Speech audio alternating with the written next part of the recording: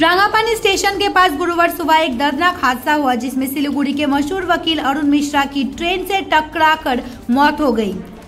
वो सिलीगुड़ी मिलनपल्ली के निवासी और बार एसोसिएशन के पूर्व उपाध्यक्ष थे। सुबह कोर्ट जाने के वजह सीधे रांगापानी एरिया गए और वहां तेज रफ्तार ट्रेन की चपेट में आकर स्पॉट पर ही उनकी मौत हो गई। इस घटना से सिलीगुड़ी बार एसोसिएशन में शोक की लहर है। उनके सहकर्मी उन्हें शांत स्वभाव और अनुभवी वकील बताते हैं। रेल पुलिस का मानना है कि ये सुसाइड भी हो सकता है, लेकिन जांच अभी भी जारी है।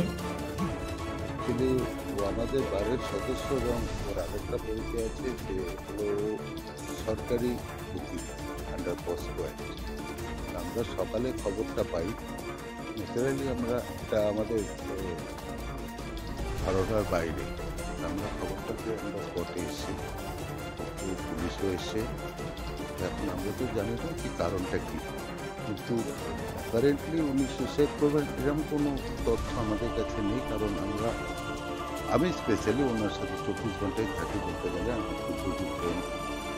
আমরা ওনার দেহটা দেখে যা মনে হচ্ছে যে এটা ট্রেনের থেকে হয়েছে মৃত্যুটা, কিন্তু কারণটা কি, যে উনি সুইসাইড করেছেন না অন্য আদারওয়াইজ কোনো কারণ, সেটা ইনভেস্টিগেশন পর্যায়ে আছে, ওনারা দেখছেন। তবে আমরা বলতে পারি, আমিও ব্যক্তিগতভাবে বলতে পারি যে অরুণ মিশ্রা যে স্বভাবের ছিল, যে নম্র স্বভাবের, সর্বদা হাসি, ওনার পক্ষে সুসাইড করাটা আমরা মেনে নিতে পারছি না। আমার মনে হয় না it's a case of suicide. আমার নাম উদয় শঙ্কর মারাতা। না, ফ্যামিলি প্রবলেম ওনার, আমরা ফ্যামিলি ফ্রেন্ড। ওনার ফ্যামিলি ফ্রেন্ড বলতে ওনার এক ছেলে এক মেয়ে, ছেলে বকিল এবং মেয়েও ফাইনাল ইয়ার লতে। এবং ওর বাড়িতে কোনো প্রবলেম ছিল বলে আমাদের কাছে কোনোদিন শেয়ারও করেনি এবং আমরা জানিও না। তবে মনে হয় ওনার ফ্যামিলিগত কোনো প্রবলেম ছিল না। না, গতকালও উনি কোর্টে এসছেন।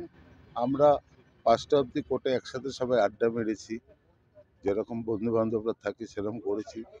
কোনো ডিপ্রেশন ওনার মধ্যে আছে আমরা অন্তত বুঝতে পারিনি, বা ওনার বিহেভিয়ারে তো সেটা প্রকাশ পায়নি।